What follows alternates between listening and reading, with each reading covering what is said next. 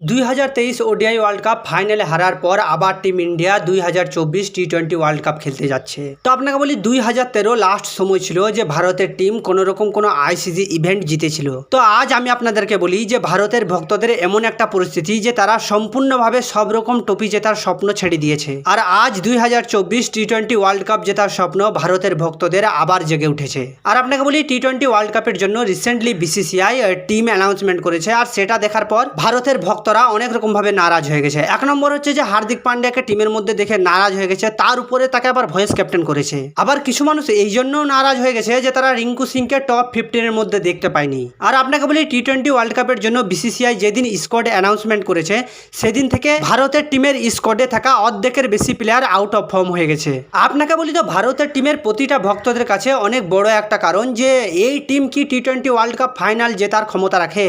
টিমের অ্যাবিলিটি এবং প্লেয়ারদের উইকনেস এবং টিমের উইকনেস সব কিছু আমি আপনাদের সামনে তুলে ধরবো। তো সবার আগে একটাই কোশ্চেন, টিম ইন্ডিয়া কি এই স্কোয়াড নিয়ে টি-20 ওয়ার্ল্ড কাপ জিততে পারবে? সবার আগে আপনি টিমের দিকে দেখেন তো টিমের ক্যাপ্টেন রোহিত শর্মা এবং ভয়েস ক্যাপ্টেন হার্দিক পান্ডিয়া। আর এর মধ্যেও অনেক মানুষ ভুল ঠিক বের করছে। আপনাকে বলি তো বিশ্বের সব থেকে বড় একটা লিগের উপর বিচার করে রিঙ্কু সিংকে ছেড়ে দেওয়ার পর অনেক বড় একটা অনেক খতরনাক একটা স্কোয়াড অ্যানাউন্সমেন্ট করেছে বিসিসিআই টিম ইন্ডিয়ার জন্য। আর এটা যদি আমি আপনাকে প্রুফ করতে যাই তো চলুন শুরু করি রোহিত শর্মাকে দিয়ে। তো ওপেনিং করবে রোহিত শর্মা এবং যশস্বী জয়সওয়াল। এরা দুজনেই অনেক খতরনাক ব্যাটসম্যান। আর রোহিত শর্মার ব্যাপারে আপনাকে কি বা বলবো, আপনি খুব ভালোভাবে জানেন যে যেদিন রোহিত শর্মা চলে সে নিজের অকাদে যে কোনো একটা ম্যাচকে জেতানোর ক্ষমতা রাখে। তো আপনাকে বলি রোহিত শর্মা ইন্ডিয়ার টিমে এমন একটা প্লেয়ার যে 2007 টি-20 ওয়ার্ল্ড কাপ থেকে আজ পর্যন্ত যতগুলো টি-20 ম্যাচ হয়েছে সব রোহিত শর্মা খেলেছে। আর আপনাকে বলি 2007 টি-20 ওয়ার্ল্ড কাপ যে ভারত জিতেছিল সেটার মধ্যেও রোহিত শর্মার অনেক বড় অবদান আছে। কিন্তু আমরা জানি আজ পর্যন্ত টি-20 ওয়ার্ল্ড কাপে রোহিত শর্মা কোনো কিছু করতে পারেনি। কিন্তু 2024 টি-20 ওয়ার্ল্ড কাপে রোহিত শর্মার উপর বিশ্বাস আছে যে সে বড় কিছু করবে। তো আপনাকে যদি যশস্বী জয়সওয়ালের কথা বলি তো প্রেজেন্ট টাইম যশস্বী জয়সওয়াল ইন্ডিয়ার প্রতিটা ফরম্যাটে ধামাকা পারফরমেন্স করে আসছে এই সময়ে এবং তার ফর্মটা অনেক সুন্দরভাবে কাজ করছে তার উপর। বিশেষ করে টি-20 ফরম্যাটে যেমনভাবে খেলার দরকার তেমনভাবে সে খেলে দেখিয়ে দিয়েছে তার নিজের অকাদ। সে পাওয়ার প্লের 6 ওভারের মধ্যে নিজের উইকেটের কথা না ভেবে ইন্ডিয়ার টিমকে একটা আউটস্ট্যান্ডিং স্টার্ট দিতে পারে। নাম্বার 3 হচ্ছে যে কিং, বিরাট কিং। তার জন্য নতুন করে আমার কিছু বলার নেই।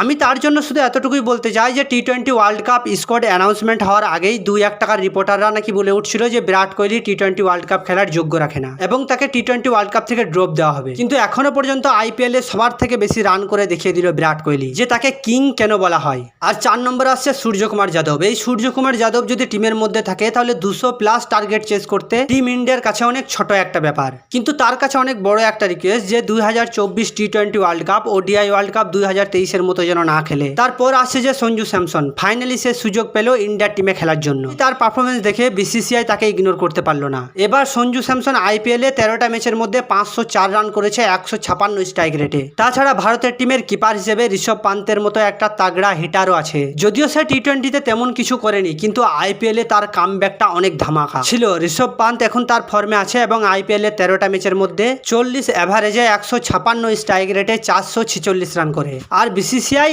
এই ফর্মটার জন্য তাকে টি-20 স্কোয়াডের জন্য সিলেক্ট করে নিয়েছে। আর আপনাকে বলি তো ভারতের মিডল অর্ডারে এমনই একটা ঋষভ পান্তের মতো ব্যাটসম্যানের দরকার। তারপর আপনাকে বলি শুভম দুবে, ব্যাটিং এবং বোলিং দুই সাইডেই সেই ইন্ডিয়ার টিমকে সাহায্য করার ক্ষমতা রাখে। তারপর আপনাকে বলি হার্দিক পান্ডিয়া, একেই তো তাকে দেখে মানুষের মাথা গরম হয়ে যাচ্ছে, তার উপরে তাকে আবার ভয়েস ক্যাপ্টেন করেছে টিম ইন্ডিয়ার। কিন্তু আমি যদি আপনাকে ফেয়ারলেস বলি তো সত্যি হার্দিক পান্ডিয়া ডিজার্ভ করে টি-20 ওয়ার্ল্ড কাপ খেলার জন্য। কেননা আপনি তাকে যতই হেড করুন যতই ট্রোল করুন, আপনাকে বলি এই হার্দিক পান্ডিয়া অনেক ইম্পর্টেন্ট একটা প্লেয়ার ভারতের টিমে, স্পেশালি ইম্পর্টেন্ট ম্যাচের মধ্যে। তারপর আপনাকে বলি অক্ষর প্যাটেল এবং রবীন্দ্র জাদেজা, তারা দুজনেই সেম অলরাউন্ডার। তাদের বোলিং এর কথা বললে এক্সেলেন্ট এবং ব্যাটিং এর কথা বললে এভারেজ। তাছাড়া স্পিনের কথা বললে কুলদীপ যাদব এবং চাহাল, এরা দুইজনের মধ্যে একজন প্লেইং 11-এ খেলবে। পেসারের কথা বললে বুমরা এবং সিরাজ। আশা করি আপনি জানেন যে বুমরা এবং সিরাজ কেমন লেভেলের বলার। আপনি খুব ভালোভাবে জানেন যে বুমরার মতো ইয়র্কার বলার এখনো পর্যন্ত পুরো বিশ্বে নেই। তো এবার যদি আমি আপনাকে টিম ইন্ডিয়ার উইক পয়েন্টের কথা বলি তাহলে টপ 4-এ তো তেমন কোনো কমতি নেই। কমতি হচ্ছে যে ফিনিশারে। ইন্ডিয়ার টিমে ফিনিশারের কাজ করবে হার্দিক পান্ডিয়া এবং রবীন্দ্র জাদেজা, যেটা সব দেশের থেকে ফালতু একটা ফিনিশার। আপনি যদি অস্ট্রেলিয়ার টিমে দেখেন তাহলে Tim David, Maxwell, mark Stoinis. আপনি যদি সাউথ আফ্রিকার টিমে দেখেন তাহলে হেনরি ক্লাসেন, ডেভিড মিলার। অথবা আপনি যদি ইংল্যান্ডের টিমে দেখেন তাহলে লিভিংস্টোন, মঈন আলী, তারপরে স্যাম কার্ন। এদের তুলনায় ভারতের ফিনিশার অনেক দুর্বল। যদি রিঙ্কু সিংকে নিত তাহলে আমার মনে হয় যে বেটার হতো। আশা করি করি আমি কিছুটা হলেও আপনাদের সামনে তুলে ধরতে পেরেছি। তো চলুন দেখা হচ্ছে পরের ভিডিওতে। আপনি যদি আমার চ্যানেলে নতুন হয়ে থাকেন তো দয়া করে একটা সাবস্ক্রাইব করে যাবেন, আর এই ভিডিওটা যদি আপনাকে ভালো লেগে থাকে তাহলে একটা লাইকও করে যাবেন।